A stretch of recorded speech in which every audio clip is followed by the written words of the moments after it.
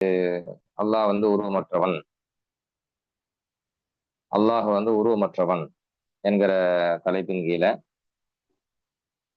சஹாபாக்கள், இமாம்கள், தாபீன்களுடைய கருத்துக்களை பார்த்தோம். அதுபோன்று அதுல வந்து வஹாபிகளுடைய வழிகட்ட கொள்கையும் அதற்கான மறுப்பையும் பார்த்தோம். கடைசியாக நம்ம படிச்சது வந்து இறைவன் உருவமற்றவன் என்கிற இந்த கொள்கையில வரக்கூடிய முக்கியமான கேள்விகளும் அந்த கேள்விகளுக்கான நம் தரப்பு பதிலையும் நம்ம வந்து எடுத்து சொன்னோம். இப்ப அடுத்ததாக இன்னைக்கு நம்ம தெரிய வேண்டிய முக்கியமான விஷயம், நபிமார்களை பத்தி நம்ம சரியான அக்கீதா கொண்டிருக்கணும்.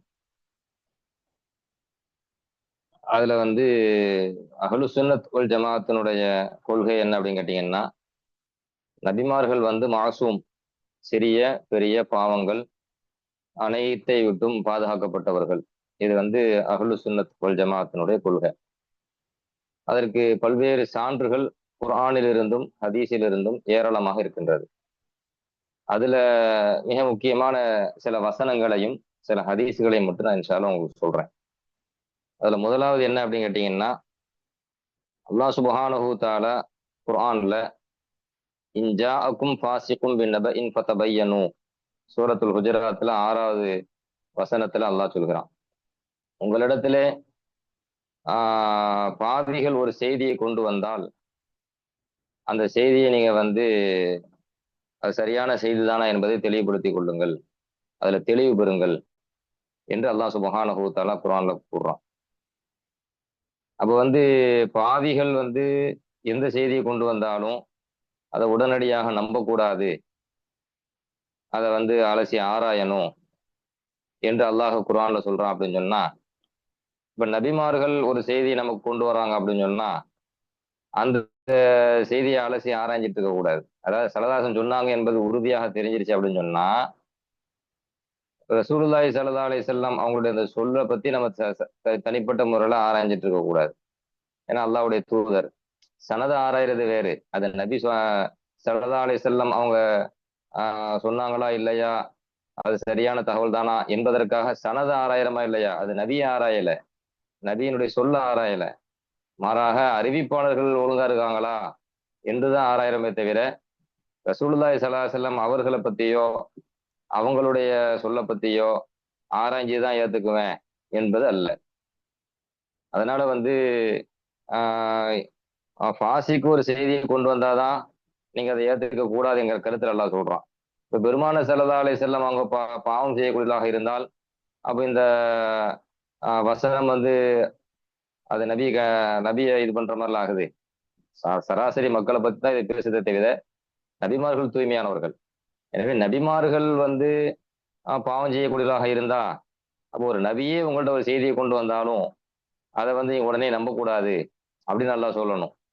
அப்போ பாவின்னு அல்லாஹ் பிரிக்கும் போது நபிமார்களை ஆராயக்கூடாது, அவங்க பாவம் செய்ய மாட்டாங்க என்ற கருத்தை தான் அந்த வசனம் தருது. ஒண்ணு. இரண்டாவது, இன்னொரு வசனத்துல அல்லாஹ் சுப்ஹானஹு தஆலா என்ன சொல்றான் அப்படின்னு கேட்டீங்கன்னா, தஅமுருன அன்னாஸ பில் பிர்ரி வ தன்சவுன அன்ஃபுஸக்கும் வ அன்தும் தத்லூனல் கிதாப ஃபலா தஅகிலூன், நீங்கள் மக்களுக்கு நன்மை செய்ய வேண்டும் என்று ஏவிக்கொண்டு உங்களை நீங்க மறந்துட்டீங்களா? குர்ஆனை ஓதிக்கொண்டே நீங்க வந்து உங்களை மறந்துட்டு அடுத்தவங்களுக்கு நல்லது செய்யணும்னு சொல்லி நீங்க ஏவுறீங்களா அப்படின்னு நல்லா கேட்கறான். அப்பலா தாக்கிலும் நீங்க சிந்தித்து பார்க்க மாட்டீங்களா அப்படின்னு நல்லா கேட்கறான். அப்ப இந்த வசனத்துல அல்லாஹ் என்ன சொல்றான் அப்படின்னு கேட்டீங்கன்னா, அடுத்தவங்களை நன்மை செய்யணும் அப்படின்னு சொல்லி ஏவக்கூடியவர்கள் வந்து முதல்ல தான் நன்மை செய்யணும், தன்னை மறந்துடக்கூடாது. அதுவும் குறிப்பாக குர்ஆனையும் ஓதிக்கொண்டு நம்ம தீமையை செஞ்சு போட்டு அந்த கருத்துக்களை மறந்துட்டு அடுத்தவங்களுக்கு நன்மை செய்யணும்னு சொல்லி ஏவுறீங்களான்னு அல்லாஹ் வன்மையா கண்டிக்கிறான். அப்போ நபிமார்கள் வந்து நம்ம உம்மத்துக்கு எதை ஏவுறாங்க? நன்மையைத்தான் ஏவுறாங்க. பாவம் செய்யக்கூடாதுன்னு செய்யறாங்க, பாவத்தை விட்டு தடுக்கிறாங்க. இப்போ நபிமார்கள் பாவம் செய்வாங்க அப்படின்னு சொன்னா இப்போ இந்த வசனம் எப்படின்னு பாருங்க. இது வந்து நபிமார்களை கண்டிச்சு அல்லாஹ் இறக்கல, மனிதர்களாகிய பாவிகளை கண்டித்து அல்லாஹ் இந்த வசனத்தை இறக்குறான். எனவே வந்து நபிமார்கள் தூய்மையானவர்கள். ஏன்னா அல்லாஹ் சுப்ஹானஹு தஆலா வந்து நபிமார்களை மார்க்கத்தை ஏவும்படியும் நன்மையான காரியத்தை ஏவும்படியும் தான் என்ன செஞ்சிருக்கிறான், உத்தரவிட்டு இந்த உம்மத்திற்கு அனுப்பி வைக்கிறான். எனவே இந்த வசனத்துல யார் உள்ள நுழைய மாட்டாங்க. அத்தஅமுருன அன்னாஸ பில் பிர்ரி என்கிற வசனத்துக்கு உள்ள நபிமார்கள் வர மாட்டாங்க. அப்ப நபிமார்கள் என்ன செய்வாங்க? நன்மையை செய்து கொண்டு அடுத்தவர்களுக்கு நன்மை ஏவதான் செய்வாங்களே தவிர, அவங்க சின்ன பாவமோ பெரிய பாவமோ செஞ்சுக்கிட்டு அடுத்தவங்களை போய் நீங்க சின்ன பாவம் செய்யாதீங்க, பெரிய பாவம் செய்யாதீங்கன்னு சொல்ல மாட்டாங்க. அப்ப இந்த வசனம் நபிமார்கள் தூய்மையானவர்கள், மாசூம்கள் என்கிற கருத்தை இந்த வசனம் நமக்கு தருகிறது. அதே போல ஆஹ் ஒமா உரீது அன் உகாலிஃபக்கும் இல்லாம அன்ஹாக்கும் அன்ஹு, நபிமார்கள் வந்து இந்த உம்மத்துல என்ன சொல்றாங்க என்கிற கருத்தை அல்லாஹ் குர்ஆன்ல சொல்றான். சூரத்துல் ஹூதுல 88வது வசனத்துல ஒமா உரீது அன் உகாலிஃபக்கும் இல்லாம அன்ஹாக்கும் அன்ஹு, நான் உங்களை எந்த காரியத்திட்டும் தடுக்கின்றேனோ அந்த காரியத்திற்கு உங்களுக்கு நான் மாறு செய்வதற்கு நான் நாடவில்லை, விரும்பவில்லை.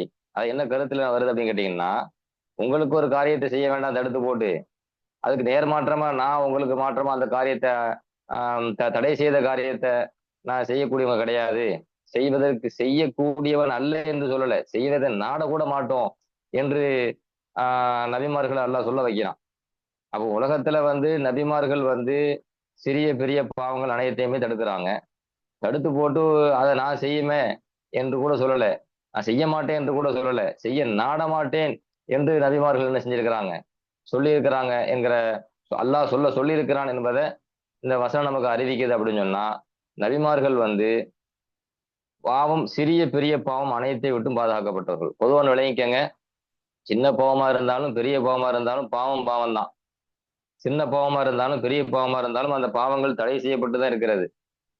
அப்ப தடை செஞ்ச ஒரு காரியத்தை உங்களுக்கு நேர்மாற்றமா நான் செஞ்சு நான் ஒரு பாவியா ஆக மாட்டேன், பாவம் செய்வதற்கு நாட மாட்டேன் என்று நபிமார்கள் சொல்றாங்க. அப்படின்னு சொன்னா நபிமார்கள் வந்து மாசூம், பாவங்களை விட்டும் பாதுகாக்கப்பட்டவர்கள் என்கிற கருத்தை இந்த வசனம் நமக்கு தருகிறது.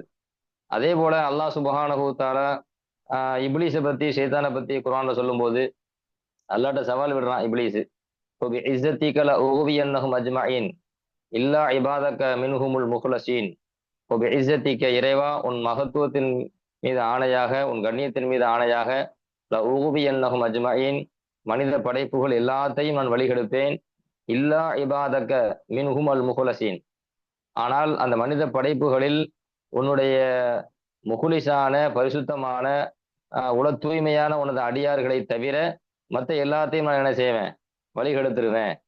அப்ப என்ன சொல்ல வரான் இப்லீஸ் அப்படின்னு சொன்னா, உன்னுடைய மன தூய்மையான இஹ்லாஸான அடியார்களை என்னால் வழிகெடுக்க முடியாது அப்படின்னு சொல்லி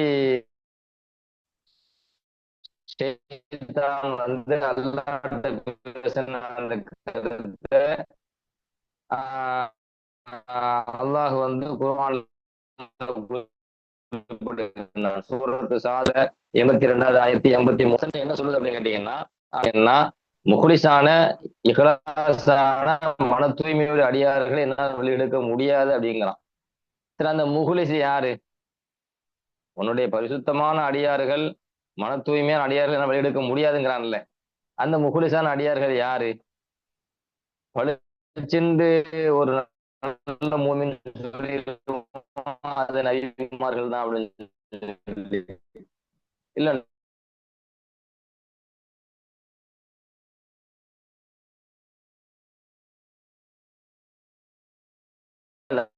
நபிமார்கள் ஒரு முட்டா சொல்ல மாட்டான், அறிவுங்க ஒரு முட்டை கூட சொல்ல மாட்டான். அப்ப இன்னைக்கு வஹாபிகள் வந்து இன்னொன்னு ஷைத்தானே இருக்க முடியாதுங்கிறான். குர்ஆன்ல உள்ள வசனத்தை சொல்றேன், உன்னுடைய முகுலிசான அடியார்களை நான் என்னால் வெளியெடுக்க முடியாது அப்படின்னு ஷைத்தானே ஒப்புக்கொள்றான். ஷைத்தானே ஒப்புக்கொண்ட பிறகு இன்னைக்கு உள்ள வஹாபிச ஷைத்தான்கள் என்ன சொல்லுது அப்படிங்கிற ஷைத்தானை மிஞ்சி இல்ல நபிமார்கள் வந்து என்ன செய்வாங்க, சின்ன பாவம் செய்வாங்க, பெரிய பாவம் செய்வாங்க போன்ற அளவுக்கு போயிட்டாங்க. எந்த அளவுக்கு டேஞ்சரா போறாங்க இன்னைக்குள்ள வஹாபிகள் என்பதை நம்ம இன்ஷா அல்லாஹ் அடுத்தடுத்த வஹாபிச கருத்தை பேசும்போது நம்ம சொல்லுவோம். முதல்ல நம்ம சுன்ன ஜமாத்தினுடைய கொள்கைகளை ஆதாரத்தின் அடிப்படையில் நம்ம தெரிஞ்சுக்குவோம். அதே போல அல்லாஹ் சுப்ஹானஹு தஆலா வானவர்களை பற்றி குர்ஆன்ல சொல்லும்போது லா யஅஸூனல்லாஹ மா அமரஹும் வ யஃபஅலூன மா யுமரூன், அந்த வானவர்கள் வந்து அல்லாஹ்வுடைய உத்தரவுக்கு மாறு செய்ய மாட்டார்கள், அல்லாஹ் என்ன உத்தரவு போட்டானோ அதை அப்படியே செய்வார்கள் என்கிற கருத்துல அல்லாஹ் சுப்ஹானஹு தஆலா சூரத்து தஹரீம்ல 6வது வசனத்துல அல்லாஹ் சொல்றான், லா யஅஸூன அல்லாஹ மா அமரஹும், அல்லாஹ் அவர்களுக்கு என்ன உத்தரவு போட்டானோ அதற்கு அவர்கள் அல்லாஹ்வுக்கு மாறு செய்ய மாட்டார்கள். வ யஃபஅலூன மா யுஅமரூன், வானவர்களுக்கு என்ன ஏவப்பட்டதோ அதைத்தான் அவர்கள் செய்வார்கள், வானவர்கள் செய்வார்கள். அப்ப இறைவனுக்கு மாறு செய்ய மாட்டார்கள், இறைவனுடைய உத்தரவுக்கு கட்டுப்படுவார்கள். இதை யாரை பத்தி அல்லாஹ் பேசுறான்? வானவர்களை பத்தி அல்லாஹ் பேசுறான். சரி, இந்த வானவர்கள் இருக்கிறாங்கல்ல, இந்த வானவர்கள் அவங்க இவ்வளவு பரிசுத்தமானவங்க, அல்லாஹ்வுக்கு மாறே செய்ய மாட்டாங்க அப்படின்னு அல்லாஹ் வானவர்களை இவ்வளவு புகழ்ந்து பேசுறானே, அந்த வானவர்களை விட மிக உயர்ந்தவர்கள் சிறந்தவர்கள் தான் யாரு? நபிமார்கள். வானவர்களை விடவும் மிக உயர்ந்தவர்கள் சிறந்தவர்கள் தான் நபிமார்கள். அந்த நபிமார்களிலேயும் ரொம்ப சிறந்தவங்க தான் நமது பெருமானார் ஸல்லல்லாஹு அலைஹி வஸல்லம். அப்ப மத்த நபிமார்களும் பாவம் செய்ய மாட்டாங்க என்று உறுதியான பிறகு ஸல்லல்லாஹு செடி பாவம் செய்வாங்க. இன்னைக்கு நம்ம நபியும் விட்டு வைக்கல. இப்போ வானவர்களை விட உயர்ந்தவர்கள் நபிமார்கள் என்பது உறுதியான பொழுது வானவர்களே பாவம் செய்ய மாட்டாங்க அப்படின்னு சொன்னா நபிமார்கள் பாவம் செய்வாங்க அப்படின்னு சொல்றது நபிமாரோட தரத்தை கீழே இறக்குறது இல்லையா?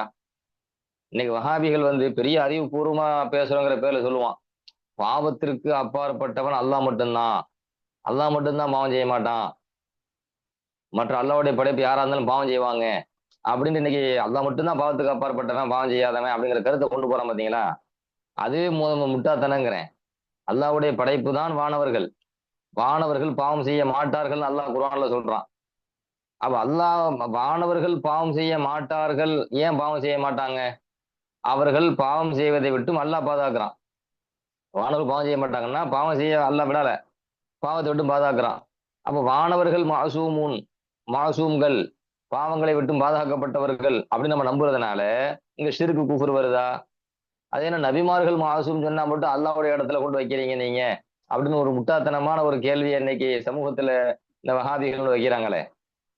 அப்ப வானவர்கள் பாவங்களை விட்டும் பாதுகாக்கப்பட்டவர்கள் மாசூம் என்று சொன்னால் எப்படி வானவர்கள் மஹ்லூக்கோ படைப்பினமோ அவங்கள மாசூம் சொல்றதுனால ஷிர்கு குஃப்ர் வரலையோ, அதே மாதிரி நபிமார்கள் மாசூம் என்று சொல்வதனால அவர்கள் அல்லாஹ்வுடைய படைப்பு தான் மாசூம்கள் என்று சொல்வதனால இங்கேயும் ஷிர்கு குஃப்ர் என்ன செய்யாது, நிச்சயமாக வராது. ஒண்ணு.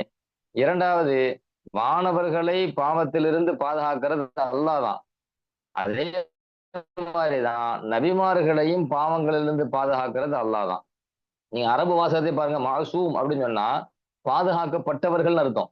அப்ப பாதுகாக்கிறது யாரு? அல்லாஹ் தானே பாதுகாக்கிறான். மாசூமா பாதுகாக்கப்பட்டவர்கள் தானே. அப்ப பாதுகாக்கிறது யாரு? அல்லாஹ் தான் பாதுகாக்கிறான்.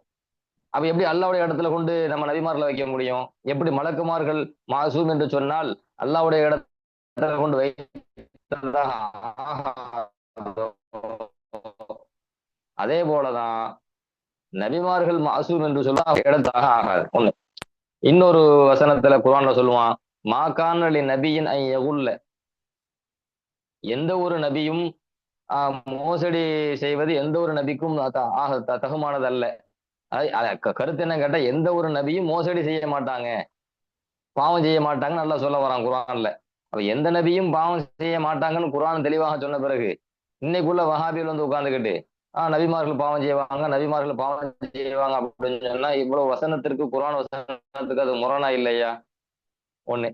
அடுத்து இன்னொன்னு என்ன கேட்டீங்கன்னா, சஹீல் புகாரில ஒரு ஹதீஸே வருது, நேரடியாகவே பெருமான ஸல்லல்லாஹு சொல்றாங்க, இன்னி ரசூலுல்லாஹ் வ லஸ்து ஆசிஹி அப்படிங்கிறாங்க. சஹீல் புகாரில 2732வது ஹதீஸாக இந்த ஹதீஸ் வருது. அது ஒரு நீண்ட ஹதீஸ். அந்த ஹுதைபியா உடன்படிக்கை நடைபெற்றுச்சா இல்லையா அது சம்பந்தமாக வரக்கூடிய நீண்ட நெடிய ஹதீஸ். அந்த ஹதீஸ்ல பெருமான ஸல்லல்லாஹு சொல்றாங்க, இன்னி ரசூலுல்லாஹ், நான் அல்லாஹ்வுடைய தூதர், ஒலஸ்து ஆசிஹி, நான் அல்லாஹ்வுக்கு மாறு செய்ய மாட்டேன் அப்படின்னு பெருமான ஸல்லல்லாஹு சொல்றாங்க.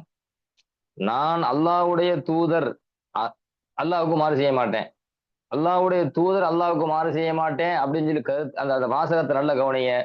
அல்லாஹ்வுடைய தூதராக இருப்பவர்கள் அல்லாஹ்வுக்கு மாறு செய்ய மாட்டார்கள் என்கிற கருத்தை பலமாக கொடுக்கிற விதத்துல ஸல்லல்லாஹு சொல்றாங்க. இன்னி ரசூலுல்லாஹ்ங்கறாங்க, நான் அல்லாஹ்வுடைய தூதர்னு சொல்லிட்டு நான் எப்படி அல்லாஹ்வுக்கு மாறு செய்வேன்னு கேட்கறாங்க. அப்ப அல்லாஹ்வுடைய தூதராக யாரெல்லாம் இருக்கிறார்களோ அவங்க யாருமே அல்லாஹ்வுக்கு என்ன செய்ய மாட்டாங்க, மாறு செய்ய மாட்டார்கள் என்கிற மாசியத்து அவங்கள்ட்ட நடக்காது என்கிற அந்த கருத்தை பெருமான ஸல்லல்லாஹு சொல்றாங்க. இந்த ஹதீஸ் சஹீல் புகாரில பதிவு செய்யப்பட்டிருக்கிறது.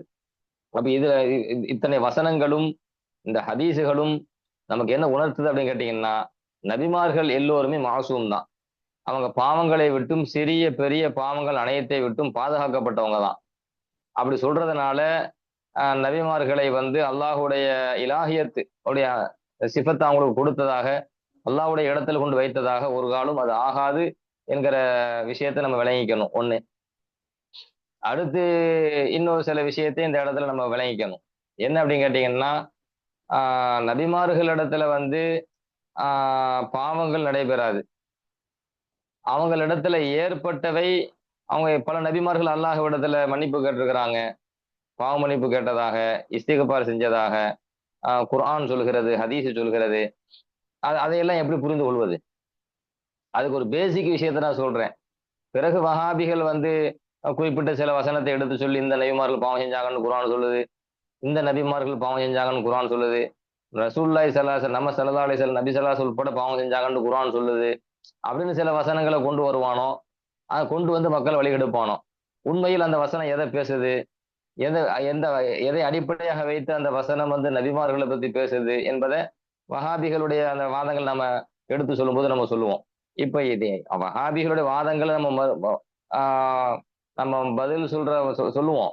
ஆனா அதுக்கு முன்னாடி இப்ப பேசிக் சொல்றோம் பாத்தீங்களா? இப்ப சொல்ல போற பேசிக் இதை மனசுல ஆழமா பதிச்சுட்டாலே நம்ம சொல்ல போற ஒவ்வொரு பதிலும் ஈஸியா விளங்கிடும். என்ன விஷயம் அப்படின்னு கேட்டீங்கன்னா, நீங்க அக்கீதா கிதாபுகள்ல நீங்க பார்க்கலாம். பெரும்பெரும் அறிஞர்கள் பதிவு செய்வாங்க. சுன்ன ஜமாத் அறிஞர்கள் அக்கீதா கிதாபுகள்ல எனக்கு நபிமார்கள் இடத்துல ஏற்படக்கூடியவைகள் வந்து மாசியத் அல்ல ஜல்லத்து அப்படிம்பாங்க. ஜல்லத்து அப்படின்னு சொன்னா கால் பிசகுறது, அதாவது வலிக்கு விழுதல்னு சொல்றோமா இல்லையா? கால் வலிக்கு கீழே விழுறோமா இல்லையா? அந்த வலிக்கு விழுறது என்பதை அரபியில சொல்றாங்க ஜல்லத்து அப்படின்னு சொல்லலாம். அப்ப நபிமார்கள் வந்து அல்லாஹ்விடத்துல இஸ்திக்பாரு சில காரியங்களுக்காக செஞ்சிருக்காங்கன்னா, எந்தெந்த காரியங்களுக்காக நபிமார்கள் செஞ்சாங்களோ அந்த காரியங்கள் பாவத்திற்காக அவங்க அல்லாட்ட என்ன செஞ்சாங்க? இஸ்திக்பார் செஞ்சாங்க என்பது அல்ல, ஜல்லத்துக்காக இஸ்திக்பார் செஞ்சாங்க. ஜல்லத்து வலிக்கு விழுறது தமிழ்ல நான் சொல்றேன். அந்த ஜல்லத்துனா என்ன? முதல்ல உதாரணத்துக்கு நான் ஒண்ணு சொல்றேனே. என்ன அப்படின்னு கேட்டீங்கன்னா, இப்போ வந்து சேரும் சகதியமா இருக்குது. சேரும் சகதியமா இருக்குது. வழுக்கி விழுற அளவுக்கு சேரு சகதியா இருக்கு, சூழல் வருது. அப்படி சூழல் வரும்போது நம்ம நடப்போமா இல்லையா? நடக்கும்போது எவ்வளவு எச்சரிக்கையாக காலை எடுத்து எடுத்து வைப்போம். கீழே விழுந்துடக்கூடாது, கீழே விழுந்துடக்கூடாது, எவ்வளவு எச்சரிக்கை எடுத்து வைப்போம். அப்படி எச்சரிக்கையாக நம்ம எடுத்து வைக்கும் போது நம்மளை அறியாம கால் வழுக்கி கீழே விழுறோம் பாத்தீங்களா? அப்படி கால் வழுக்கி கீழே விழுறோமே, இதுக்கு தமிழ்ல அரபியில சொல்றாங்க ஜல்லத் அப்படின்னு சொல்லலாம். தமிழ்ல சொல்றாங்க வழுக்கி விழுந்துட்டாருன்னு சொல்லலாம். இந்த வலிக்கு விழக்கூடியவர் விழ வேண்டும் என்கிற நாட்டத்திலோ அல்லது பொடுபோக்கிலோ அவர் வலிக்கு விழல. ரொம்ப எச்சரிக்கையாக ஒவ்வொரு எட்டையும் எடுத்து வைத்து அவர் என்ன செஞ்சிருக்கிறாரு? கீழே விழுந்திருக்கிறார். சரிங்களா? இதை மனசுல வைங்க. ஜல்லத்துனா என்ன என்பதை புரிய வைப்பதற்காக இதை சொல்றேன். சரிங்களா? சரி. இப்ப நபிமார்களிடத்துல ஒரு சில காரியங்கள் ஏற்பட்டுச்சு, அதுக்காக அல்லாட்ட இஸ்திக்பார் செஞ்சாங்க அப்படின்னு சொல்லலாம். சில உதாரணங்கள் சொல்லும் போது நீங்க ஜல்லத்தையும் வச்சுக்கணும். சரிங்களா? நபிமார்கள் எந்த மாதிரியான விஷயங்களுக்கு வந்து அல்லாஹ்விடத்துல என்ன செஞ்சிருக்கிறாங்க? இஸ்திக்பார் செஞ்சிருக்கிறாங்க அப்படின்னு சொன்னா, இந்த ஹசனாத்துல் அபுராரி செய்யாத்துல் முகர்ரபீன் அப்படின்னு ஒரு விஷயத்தை நீங்க மனசுல வைக்கணும். அதாவது ஹசனாத்துல் அபுரார், நல்லோர்கள் செய்யக்கூடிய நல்ல காரியங்கள், அது வந்து ஒரு நல்ல, அதாவது நல்ல விஷயமா, அது ஒரு தீமை கிடையாது. ஹசனாத்துக்கு இங்க என்ன அர்த்தம் கேட்டா தீமை இல்லைன்னு நினைக்கங்க. நல்லோர்கள் செய்யக்கூடிய ஹசனாத்துகள் செய்யாத்துல் முகர்ரபீன், இறைவனுக்கு அதிக நெருக்கத்தை பெற்றவர்களுக்கு அது ஒரு செய்யத்து தான். ஒரு நல்ல ஒரு சராசரி மனிதனை வச்சு பார்க்கும்போது அது ஹசனத்தா இருந்தாலும், இறை நெருக்கத்தை முகர்ரபீன்களுடைய பார்வையில அதை பார்க்கும்போது அதே செயல் அது என்னவா மாறுது? செய்யத்த மாறுது. ஃபீ நஃப்ஸிஹி அது ஹசனத்து தான். அதை நம்ம என்ன செய்ய முடியாது? பெரும் பாவம் என்றோ சின்ன பாவம் என்றோ சொல்ல முடியாது. ஃபீ நஃப்ஸிஹி அது ஹசனத்து தான். அது பாவமே இல்லாத ஒரு காரியம் தான். ஆனா முகர்ரபு அதே காரியத்தை செய்யும்போது என்ன, அது எந்த பார்வையில் பார்க்கப்படுது அப்படின்னு கேட்டீங்கன்னா, செய்யத்து ஒரு ஒரு குற்றம் என்கிற பார்வையில பார்க்கப்படுகிறது, ஒரு தவறு என்கிற பார்வையில் பார்க்கப்படுகிறது. ஆனா ஃபீ நஃப்ஸி அது என்ன அல்ல? செய்யத்து அல்ல, பாவம் அல்ல. உதாரணமாக நடைமுறை உதாரணம் சொல்றேனே. இப்போ உலமாக்கள் நம்ம எடுத்துக்குவோம். நம்மலாம் ஆலிம்கள், நபிமார்களின் வாரிசுகள் அப்படின்னு சொல்லி நம்ம என்ன செய்கிறோம்? ஆஹ் மகிழ்ச்சி அடைகிறோம், பெருமை கொள்கிறோம். நபிமார்கள் வாரிசுகளாக இருக்கக்கூடிய நாம் ஆஹ் நபி மாதிரி நம்மளுடைய செயல்பாடுகளை அமைச்சுக்கணும். ஒரு அவாம் மாதிரி சராசரி மனிதன் மாதிரி நம்மளுடைய செயல்பாடுகள் என்ன செஞ்சிடக்கூடாது, அமைச்சிடக்கூடாது என்கிற கண்ணோட்டத்தில் இப்ப நான் சொல்ல வரேன். உதாரணமாக இப்ப வந்து ஒரு நல்ல உயர்ந்த ஒரு அந்தஸ்துடைய ஒரு ஆலிமாக ஒரு இன்ஷால்ல எல்லாரும் ஆகணும். ஒரு உயர்ந்த அந்தஸ்துடைய ஒரு ஒரு அறிஞராக ஒரு ஆலிமாக நீங்க உங்களை கற்பனை பண்ணுங்க. நல்ல விஷயத்தை எவ்வளவு வேணா கற்பனை பண்ணலாம். சரிங்களா? அல்லாஹ் அதை கபூலும் செய்வான். நம்ம பெரிய அந்தஸ்துடைய ஒரு பெரிய அறிஞராக நம்ம இருக்கிற மாதிரி கற்பனை பண்ணிக்கோங்க. இப்ப இப்படி கற்பனை பண்ணிக்கிட்டு இப்ப நம்ம என்ன பண்றோம் அப்படின்னு கேட்டீங்கன்னா முட்டு மறைக்கிற மாதிரி தான். அந்த பாதி பேண்ட் போடுவாங்கல்ல, அந்த மாதிரி அதுல முட்டு மறைஞ்ச மாதிரி தான் இருக்குது. சரிங்களா? அந்த மாதிரி ஒரு கால் சட்டை மாட்டிக்கிட்டு ஆஹ் ஆஹ் பாதி கை சட்டை இருக்குதா இல்லையா, அந்த மாதிரி ஒரு சட்டையை போட்டுக்கிட்டு, சரிங்களா, அல்லது ஒரு டி ஷர்ட்டை போட்டுக்கிட்டு ஒரு ஒரு உயர்ந்த மஜ்லிஸுக்கு நம்ம போறோம்னு வைங்களேன். அது கொஞ்சம் கற்பனை பண்ணுங்க. ஒரு பெரிய பயான் மஜ்லிஸ், அந்த மாதிரி ஒரு மஜ்லிஸ், அல்லது பெரிய பெரிய மக்கள் அறிஞர்கள் வந்திருக்க மஜ்லிஸ், பொதுமக்கள் எல்லாம் நம்மள பெரிய அறிஞர் வர்றாங்க, மார்க்கத்தை எடுத்து சொல்ல போறாங்க அப்படின்னு சொல்ற மாதிரி ஒரு மஜ்லிஸ். இப்ப அந்த மாதிரி மஜ்லிஸ்ல வந்து முக்கா பேண்ட்டை போட்டுட்டு ஒரு டி ஷர்ட் அரக்கை டி ஷர்ட்டை போட்டுட்டு அங்கே போய் நிக்கிற மாதிரி கற்பனை பண்ணுங்க. அப்ப மக்கள் பார்வை எப்படி இருக்கும்? இப்ப உதாரணமா மேலாடை மாபைன சுர்ரத்தி ஒரு ருக்குபத்தி அவுரத்துன், சுர்ரத்து ருக்குபத்துக்கு மத்தியில உள்ளது அவுரத்து. அனஃபி ஷாஃபில வித்தியாசம் அதுக்குள்ள போகல. தொப்புளுக்கும் முட்டுக்கும் இடைப்பட்ட பகுதி அவுரத்து, மறைவிடம் ஒரு ஆணுக்கு. இப்போ வந்து முக்கா பேண்டு போட்டாரு, அதாவது முட்டை மறைக்கிற அளவுக்கு போட்டாரு, ஒரு டி ஷர்ட்டை போட்டிருக்கிறாரு. இப்ப அவர் வந்து அவுரத்தை மறைச்சிருக்காரா இல்லையா? அவுரத்தை மறைச்சிருக்கிறாரு. இப்ப இந்த கோலத்துல வந்து அவர் நிற்கும் போது இவர் மார்க்கத்துக்கு முரணா ஒரு ஹராம செஞ்சாரா? ஹராம செய்யல. ஹராம உண்மையிலே ஹராம செய்யல. சரிங்களா? இப்ப இந்த கோலத்தை வச்சு பாருங்க. ஒரு பெரிய மஜ்லிஸ், ஒரு உயர்ந்த அந்தஸ்துல உள்ள ஒரு ஆலிம், சமூகத்துல மதிக்கப்படுற அளவுக்கு பெரிய அறிஞராக ஆலிமாக மார்க்கத்தை எடுத்து சொல்லக்கூடிய பெருமானா ஸல்லல்லாஹு அலைஹி வஸல்லம் அவர்களுடைய சுண்ணாவை வாழ்க்கையை அழகிய நடைமுறை எடுத்து சொல்லக்கூடிய அளவுக்கு பெரிய அந்தஸ்துடைய மாறி இப்ப அந்த மாதிரி சபைக்கு போகும்போது முதல்ல போறவனுக்கே உள்ளம் உறுத்தும். இப்ப நம்ம போகலாமா, அப்படி போகக்கூடாது, மனசு பெரிய பாவத்தை செய்யற மாதிரி மனசு உறுத்தும். சரிங்களா? சரி, இதை தாண்டி பொதுமக்கள் பார்வை எப்படி இருக்கும்? ஏன்னா ஒரு ஆலிமா இருக்கிறாரு, இந்த கோலத்தை வந்து நிக்கிறாரு, இப்படி வரலாமா, இப்படி செய்யலாமா?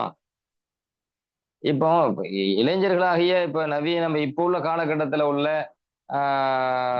இளம் மௌலவிகள், இளம் ஆலிம்கள், அவங்க ஸ்டைலா இருக்கணும் அப்படின்னு ஆசைப்படுறவங்க, அவங்க என்ன பாக்குறாங்க அப்படின்னு சொன்னா, இதெல்லாம் தப்பா, இது என்ன ஹராமா, மார்க்கத்துல இல்லையா, மார்க்கத்துல அல்ல தடையா செஞ்சிருக்கிறான், நம்ம போட்டா அவங்களுக்கு ஏன் நம்ம பெரிய தப்பு பண்ற மாதிரி, பெரிய ஹராம பண்ற மாதிரி பேசுறாங்க அப்படிங்கிற சிந்தனை வருது. அந்த சிந்தனை தூர போட்டணும். நம்ம நபியினுடைய வாரிசுன்னு பேசிட்டு, நபியுடைய வாரிசுன்னு பேசிட்டு ஒரு உயர்ந்த கோலத்துல தோற்றத்துல ஒரு சபைக்கு போகாம நம்ம நம்மளுடைய தரத்தை இறக்கிட்டு போற மாதிரி ஒரு ஒரு ட்ரெஸ்ல நம்ம போய் நிற்கும் போது அது உண்மையில ஒரு வகையில குற்ற உணர்ச்சி நமக்கு இருக்கணும். அவர் அவாம் பேசுறது வந்து அது தப்பா நம்ம பார்க்க கூடாது. ஏன்னா அவரு நம்மளை சராசரி மனுஷனா பார்க்கல, ஒரு நபியின் வாரிசா பாக்குறாரு. அதனால தான் மத்த மனுஷன் ஒரு மனுஷன் பண்ணலாம், ஒரு ஆலிம் இந்த ட்ரெஸ் போடலாமா, ஒரு ஆலிம் இந்த மாதிரி வந்து நிக்கலாமா அப்படின்னு அவருக்கு ஏன் அந்த சிந்தனை வருதுன்னா, சராசரி மனுஷனை மாதிரி நம்மளை பார்க்கல. ஒரு ஆலிம் ஒரு உயர்ந்த மக்காம்ல ஒரு உயர்ந்த அந்தஸ்துல நபியின் வாரிசுங்கிற கண்ணோட்டத்துல அந்த கோலத்துல அவர் பார்க்கும்போது இப்போ அது ஒரு குற்றமாக படுதா? ஃபீனர்சி பார்த்தா அது என்ன இல்லை, அல்ல அதுக்காக வந்து பெரிய ஹராம செய்து விட்டாய், என் மார்க்கத்துக்கு முரணான காரியத்தை செய்து விட்டாய், உன நரகத்துல போட போறேன், உன கேள்வி கேட்க போறேன், உன கடுமையா கண்டிக்க போறேன் அப்படின்னு நல்லா செய்ய போறான்னா கிடையாது. ஆனால் ஆனால் ஹசனாத்துல் அபுராரி செய்யாத்துல் முகர்ரபீன், இது யதார்த்தம். ஹசனாத்துல் அபுராரி செய்யாத்துல் முகர்ரபீன், இதுதான் யதார்த்தம். இப்ப இது எப்படி ஒரு சராசரி மனிதருக்கும் ஒரு உயர்ந்த மக்காமில் உள்ள மனிதருக்கும் இடைப்பட்ட விஷயத்துல மாறுபடுதோ, அதே மாதிரிதான் நபிமார்கள் விஷயத்திலையும் மற்ற மனிதர்கள் விஷயத்திலையும் பல விஷயம் மாறுபடும். அப்போ உதாரணமா இப்ப நான் சொன்னேன்னா இல்லையா, ஒரு குற்றமே இல்லாத காரியத்தை நம்ம வந்து அந்த மாதிரி ஒரு ட்ரெஸ் அணிகின்ற பொழுது நமக்கே ஒரு குற்ற உணர்ச்சி வரணுமே, யதார்த்தமா வரும். அப்படி ஒரு குற்ற உணர்ச்சி வரும்போது அது ஒரு பெரிய தப்பாக நம்ம நினைத்து அதுக்காக அல்லாட்ட பாவ மன்னிப்பு கேட்கிறது, அதுக்காக அல்லாட்ட இஸ்திக்பார் செய்யறது. இது பாவம் செய்ததற்காக இஸ்திக்பார் அல்ல, ஹசனாத்துல் அபுராரி செய்யாத்துல் முகர்ரபீன் என்கிற கண்ணோட்டத்துல இஸ்திக்பார். இப்போ இப்போ உதாரணமா நீங்க ஒரு விஷயத்தை விளங்கிக்கோமே. ஒரு ஆள் நம்ம வீட்டுல வந்து நம்மள்ட்ட விசாரிக்கிறார், உங்க குடும்பம் எப்படி இருக்குது, உங்க வாழ்க்கை எப்படி போகுதுன்னு விசாரிக்கிறார். இப்ப நம்ம அவங்கள்ட்ட பதில் சொல்றோம். என்ன பதில் சொல்றோம்? உதாரணமா ஒரு ஏழ்மையில, ஒரு கஷ்டத்துல, ஒரு வறுமையில இருக்கிறோம்னு வைங்களேன், ஒரு நெருக்கடியில இருக்கோம்னு வைங்களேன். விசாரிச்சவர்கிட்ட நம்ம பதில் சொல்றோம். என் வாழ்க்கை கொஞ்சம் நெருக்கடியா தான் இருக்குது, என் வாழ்க்கை கொஞ்சம் கஷ்டமா தான் போகுது, துவா செய்யுங்க. இப்படி சொல்றாங்க, சொல்றோம், பல பேர் சொல்றாங்க. அதை விடுங்க. உண்மையிலே நெருக்கடி, உண்மையிலேயே கஷ்டம். அந்த மாதிரி சமயத்துல வந்து ஒரு மனிதர் என்ன பண்றாரு, விசாரிக்கப்படுகின்ற பொழுது நெருக்கடியா இருக்கிறாங்க, கஷ்டமா இருக்கிறாங்க, துவா செய்யுங்க அப்படின்னு சொல்றாரா இல்லையா? இப்படி சொன்னது அவர் பொய் சொன்னாரா, உண்மை சொன்னாரா? உண்மையைதான் சொல்றாரு. உண்மைதானே சொன்னாரு. அவர் பாவத்தை செஞ்சாரா? பாவத்தையும் செய்யல. ஒரு சராசரி மனுஷன் வச்சு நான் பேசுறேன். அவர் உண்மையைதான் சொன்னாரு, பாவம் செய்யல. சரிங்களா? அதுக்காக அவருக்கு தண்டனை கொடுக்க முடியுமா? நீ எப்படி உன் வாழ்க்கையில் நெருக்கடியாக இருந்தேன் என்று சொன்னாய், அப்படி சொல்லலாமா? நீ கஷ்டப்பட்டாலும் கஷ்டப்பட்டாய் என்று சொல்லலாமா? அதுக்காக உன்னை தண்டனை கொடுக்குறேன் பாரு அப்படின்னு சொல்லி நம்ம தண்டனை கொடுக்க முடியுமா? ஏன்னா அவர் சொன்னது உண்மை. அவர் சொன்னது உண்மை. கஷ்டப்பட்டது கஷ்டப்பட்டேங்கிறாரு, நெருக்கடியில இருந்து நெருக்கடியில இருந்தாங்கிறாரு. எனவே அவர் பாவம் செய்யல. இது சராசரி மனுஷனுக்கு. இது சராசரி மனுஷன் கண்ணோட்டத்துல ஹசனாத்துல் அபுரார். ஹசனத்தை கொண்டு முறாது நீங்க நன்மை நினைக்காதீங்க, பாவம் இல்லாத ஒரு காரியம் நினைக்கங்க. இது சராசரி கண்ணோட்டத்துல ஹசனாத்துல் அபுரார். இதே இது நபிமார்கள்ட்ட நடந்துச்சுன்னு சொன்னா செய்யாத்துல் முகர்ரபீனா மாறிடும். அவங்க தகுதிக்கு பெரிய அந்தஸ்தில் இருக்கிறதுனால இது வந்து பாவம் அல்ல. அவங்க அவங்க கண்ணோட்டத்தை அது செய்யாத்தான் மாறுது. ஹசனாத்துல் அபுராரி செய்யாத்துல் முகர்ரபீன். பீனப்சி பார்த்தா என்ன கிடையாது, பாவம் கிடையாது. ஆனா அது கூட தன்னிடம் நடந்துச்சுன்னு சொன்னா அதுக்காக அல்லோட மன்னிப்பு கேட்பாங்க. அதுக்காக அவங்க தன் குடும்பத்தார்களை கண்டிப்பாங்க, தண்டிப்பாங்க. உதாரணமா சொல்றதா இருந்தா, நீங்க பிரபலியமான ஹதீஸ், புகாரி போன்ற நூல்கள்ல இடம்பெற்ற ஹதீஸ். அதாவது இப்ராஹிம் அலைஹிஸ்ஸலாம் வந்து மகனார் இஸ்மாயில் அலைஹிஸ்ஸலாம மக்கால விட்டுட்டு அவங்க வெளியூர் போயிடுவாங்க. அப்போ மகன் வந்து வாலிபராகி, இஸ்மாயில் அலைஹிஸ்ஸலாம் வாலிபராகி அவரு திருமணம் முடிந்து திருமணம் முடிந்த பிறகு ஒரு சமயம் இப்ராஹிம் அலைஹிஸ்ஸலாம் என்ன செய்யறாங்க, மக்காவுக்கு வர்றாங்க. மக்காவுக்கு வந்து இஸ்மாயில் அலைஹிஸ்ஸலாம் மகனார தன் மகனை சந்திக்க போறாங்க. அப்ப வீட்டுல மகனார் இல்ல, மருமகள் இருக்கிறாங்க. அப்ப யாருன்னு விசாரிக்கிறாங்க. இஸ்மாயில் அலைஹிஸ்ஸலாம் அவர் வெளியே போயிருக்கிற அவருடைய மனைவிங்கிறாங்க. மனைவின்னு சொன்ன உடனே இப்போ இப்ராஹிம் அலைஹிஸ்ஸலாம் அவங்க யாரு, மருமகள். அவங்களுக்கு இப்ராஹிம் நபியும் தெரியாது, மாமனாரும் தெரியாது. என்ன விட்டுட்டு போனவங்க ரொம்ப நாள் 9 வருஷம் கழிச்சு வராங்க. இப்ராஹிம் அலைஹிஸ்ஸலாம் கேள்வி கேட்கிறாங்க. புகார்ல வந்த செய்தி சொல்றேன். என்ன கேள்வி கேட்கிறாங்க? இஸ்மாயில் வெளியே போயிருக்கிறாங்களா? சரி, அவங்க குடும்பம் எப்படி இருக்குது? குடும்ப நிலவரத்தை விசாரிக்கிறாங்க. குடும்ப நிலவரத்தை விசாரிச்ச உடனே அந்த பெண்மணி சொல்றாங்க, இப்ராஹிம் அலைஹிஸ்ஸலாமுடைய மருமகளார் இஸ்மாயில் அலைஹிஸ்ஸலாமுடைய மனைவி சொல்றாங்க, நஹனு பி லீக்கின் வ ஷித்தத்தின். நாங்க ரொம்ப நெருக்கடியில ரொம்ப கஷ்டத்துல இருக்கிறோம், ரொம்ப நெருக்கடியில ரொம்ப கஷ்டத்துல இருக்கிறோம் அப்படின்னு அவங்க மனைவி அதை சொல்ல, அதை எனக்கு நீண்ட ரொம்ப சுருக்குறேன் நேரத்தை அனுசரிச்சு. அப்ப இப்ராஹிம் அலைஹிஸ்ஸலாம் அப்படியா, சரி, இஸ்மாயில் உங்கள் கணவர் வீட்டுக்கு வந்தா நான் அவருக்கு சலாம் சொன்னதா சொல்லுங்க. அப்புறம் அவர்கிட்ட இன்னொன்னு சொல்லுங்க, யுகையிர் அத்தபத்த பாபிஹி, அவர் தன் வீட்டு வாச நிலப்படியை மாத்தட்டும் சொல்லுங்க. வீட்டுக்கு வந்தா நான் சலாம் சொன்னதா சொல்லி அதை வீட்டு வாச நிலப்படிய மாத்தணும்னு சொல்லுங்க அப்படின்னு சொல்லிட்டு இப்ராஹிம் நபி போயிடுறாங்க. கொஞ்ச நேரம் கழிச்சு இஸ்மாயில் அலைஹிஸ்ஸலாம் வராங்க. வீட்டுல விசாரிக்கிறாங்க, என்ன தேடி யாரும் வந்தாங்கன்னு விசாரிக்கிறாங்க. அப்ப மனைவி ஆமாங்கிறாங்க, ஒரு வயசானவங்க வந்தாங்கன்னாங்க. உங்களுக்கு சலாம் சொல்ல சொன்னாங்க. வேற என்ன சொல்ல சொன்னாங்க? வீட்டு வாசல் நிலப்படியை மாத்த சொன்னாங்க. அப்படியா? வந்தவர் வேறு யாரும் இல்ல, என் வாப்பா என் தந்தை தான் வந்தாரு. அந்த அத்தபத்துன்னு சொன்னாங்களா, வீட்டு நிலப்படின்னு சொன்னாங்களா, அது வேற யாரும் அல்ல, அந்தி அத்தபா, நீதான் அந்த நிலப்படி. நிலப்படியை மாத்தணும்னு சொன்னதுக்கு என்ன தெரியுமா? உன்னை தலா கூட சொன்னாரு. நீ வீடு போய் இல் ஹக்கீபி அஹ்லிக்கு, உன் வீட்டுக்கு போயிருந்துட்டாங்க. இப்ப தல்லக்கஹா, அதுக்கு பிறகு தலாக்கு விட்டுட்டாங்க. புகார்ல வருது. இப்ப இந்த செய்தியை நீங்க கவனிங்க. அடுத்து அடுத்து அதுக்கு பிறகு இன்னொரு திருமணம் முடிக்கிறாங்க. தலாக் விட்ட பிறகு இன்னொரு பெண்ண. அதுக்கப்புறம் அவங்களோட வாழ்றாங்க. சிறிது காலம் கழித்து மீண்டும் அலைஹிஸ்ஸலாம் வராங்க. வீட்டுக்கு வந்து பார்த்தா அதே மாரி மகனார் இல்ல, வெளிய போயிருக்கிறாங்க. அப்ப விசாரிக்கிறாங்க. குடும்ப நிலவரத்த அந்த 2வது மருமகள்ட்ட விசாரிக்கிறாங்க. அப்ப அவங்க சொல்றாங்க, இந்த மாரி நாங்க வந்து ஆ நாங்க ரொம்ப கயிறோடு வாழ்றோம். ரொம்ப விசாலமா, ரொம்ப அழகான முறையில அல்லாஹ்வுடைய அருள்ல வாழ்ந்துட்டு இருக்கிறோம். அப்படின்னு சொல்லி தன்னுடைய வாழ்க்கையை உயர்த்தி பேசுனாங்க. அப்ப இப்ராஹிம் அலைஹிஸ்ஸலாம் சொன்னாங்க, சரி இஸ்மாயில் அலைஹிஸ்ஸலாம் வந்தா, நான் அவருக்கு சலாம் சொன்னதா சொல்லுங்க. சொல்லிட்டு சொல்லுங்க, சப்பித்து யுசப்பித்து அத்தபத்த பாபிஹி. அவர் தன்னுடைய வாசல் நிலைப்படி என்ன செய்யட்டும்? உறுதியாக பற்றி பிடித்துக் கொள்ளட்டும். சரிப்படுத்திக் கொள்ளட்டும். அதை விட்டுறக்கூடாதுன்னு சொல்லுங்க. அதே மாரி போயிட்டாங்க. இப்ராஹிம் அலைஹிஸ்ஸலாம் போயிட்டாங்க. இஸ்மாயில் அலைஹிஸ்ஸலாம் கொஞ்ச நேரம் கழிச்சு வந்தாங்க. வீட்ல விசாரிக்கிறாங்க.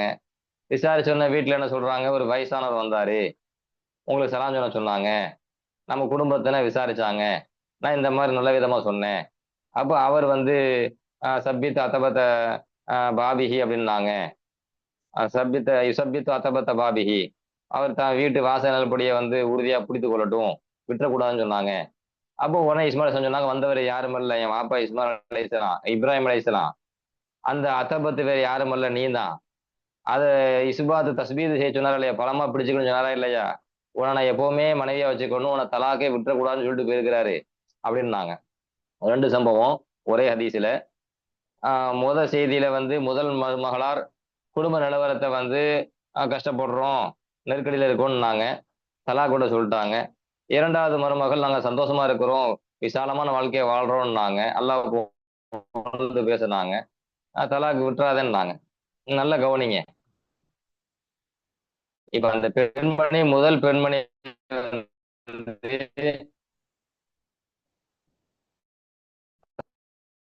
வாழ்க்கை நிலவரத்தை எடுத்து சொன்னாலும் அது பொய் கிடையாது. என்ன நடந்துச்சோ அவங்களுக்கு அது நெருக்கடியா இருந்துச்சோ அதுதான் அவங்க சொன்னாங்க. ஆனா ஒரு நபியினுடைய குடும்பம் வந்து உலக வாழ்க்கையில நெருக்கடியை பத்தி பேசக்கூடாது. சராசரி மனுஷன் பேசலாம். அப்ப சராசரி மனுஷன் வரல. அது ஒரு முகர்ரபு நபியினுடைய குடும்பம் அல்லாஹ்வுக்கு நெருக்கமா ஃபீ நஃப்ஸிஹி, அந்த செயல் என்ன அல்ல, தவறு அல்ல, பாவம் அல்ல, தவறு இல்லாத ஒரு விஷயப்படுகிறது. அது தவறு அல்ல, தவற மாறி பார்க்கப்படுகிறது. அதனால தான் அறிஞர்கள் எழுதுவாங்க, ஹசனாத்துல் அபுராரி செய்யாத்துல் முகர்ரபீன் என்ற கருத்தை என்ன செய்வாங்க, பதிவு செய்வாங்க. இது நல்லா கவனிக்கணும் நம்ம. உலக நடைமுறை உதாரணத்தையும் ஒரு சில ஹதீஸ்களையும் நான் உங்களுக்கு நினைவூட்டுறேன். அப்ப இறை நெருக்கத்தை நம்மளே பேசுவோமா இல்லையா? நண்ப பல மதரசால ஓதுறீங்க. நிறைய சக மாணவர்கள் இருப்பாங்க. எல்லாரிடத்திலையும் எல்லாரும் ஒரே மாதிரி பழக மாட்டாங்க. நெருக்கமான நண்பர்கள் சில பேர் இருப்பாங்க. கொஞ்சம் தூரமான நண்பர்கள் சில பேர் இருப்பாங்க. அப்படி இருக்கும்போது அந்த நெருக்கமாக நம்ம யார்கிட்ட பழகுறோமோ நண்பர்கள், அந்த மாதிரி நண்பர்கள் சில விஷயம் வந்து நம்மள்ட்ட பேசுவாங்க. அப்படி பேசும்போது நம்ம அவங்கள்ட்ட என்ன சொல்லுவோம்? ஏப்பா இத மத்தவன் சொல்லலாம், நீ சொல்லலாமா? அப்ப பேசுறோமா இல்லையா? இது மத்த ஆள் சொன்னா கூட பெருசா தெரியாதாப்பா, நீ சொல்லலாமா? அப்படின்ட்டு. அப்ப ஒரு குறும்பு வருகிற பொழுது, ஒரு நெருக்கத்தை அடைகின்ற பொழுது, அது வந்து சராசரியான மனுஷன்ட்ட அது ஹசனத்தா இருக்கும்போது, அது முகர்ரபாக மாறுகின்ற பொழுது, அது செய்யத்து மாறி தெரியும். ஆனா ஃபீ நஃப்ஸிஹி அது என்ன அல்ல, செய்யத்து அல்ல, ஒரு மாசியத்து அல்ல, ஒரு பாவம். மக்களிடத்தில் நடைபெற்ற எதுவாக இருந்தாலும், நீங்க ஃபீ நஃப்ஸிஹி பார்த்தீங்க அப்படின்னு சொன்னா, அது நிச்சயமாக அது பாவமாக இருக்காது. அவங்க உயர்ந்த அந்தஸ்துக்கு, உயர்ந்த மக்காமுக்கு அத வந்து ஒரு செய்யாத்து மாரி அது கருதப்பட்ட காரணத்தினால, அவங்களே அத என்ன செய்றாங்க, ஒரு வெட்க உணர்வோடு, நம்மள்ட்ட இப்படி நடந்திருக்க கூடாதே, நம்ம இப்படி செஞ்சிருக்க கூடாதே, மத்தவங்க கூட செஞ்சா ஒண்ணும் பிரச்சனை இல்லையே, என்கிற அந்த இந்த குற்ற உணர்வு, குற்றமே செய்யாம குற்றமே செய்யாம ஒரு குற்றம் எவ்வளவு உயர மனிதர்களாக அந்த நபிமார்கள் இருந்திருப்பாங்கன்னு யோசிக்கிறோம். நீ குற்றம் செஞ்சவனே குற்ற உணர்வே இல்லாம வாழ்றான். நீ குற்றம் செஞ்சவனே குற்றம் செய்யாத உணர்வு மட்டுமல்ல, அந்த குற்றத்தை நல்லதுன்னு நியாயப்படுத்தி வாழ்றான்.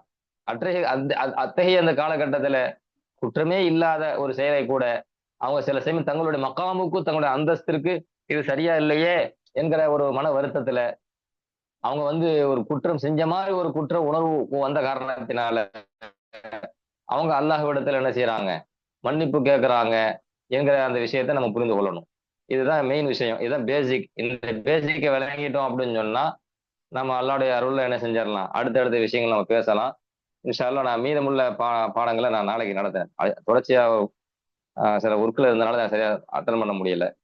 இன்ஷா அல்லாஹ் நாளைக்கு வெள்ளிக்கிழமை நான் சனிக்கிழமைக்கு மீதமுள்ள பாடத்தை நடத்துறேன். பேசிக் சொல்லிட்டேன், நம்ம அக்கீதா ஜல்லத்துனா என்ன, நபிமார்கள் எப்படி புரியணுங்கிற பேசிக்கை நான் என்ன செஞ்சுட்டேன் உங்களுக்கு சொல்லிட்டேன். அல்லாஹ் சுப்ஹானஹு जी தஆலா ஹக்கை விளங்கக்கூடிய ஆற்றலை நம்ம எல்லோருக்கும் வழங்குவானாக. அஸ்ஸலாமு அலைக்கும் வரஹ்மத்துல்லாஹி आमीन। வபரகாத்துஹு. वालेकुम अस्सलाम वरहमतुल्लाहि वबरकातुहू।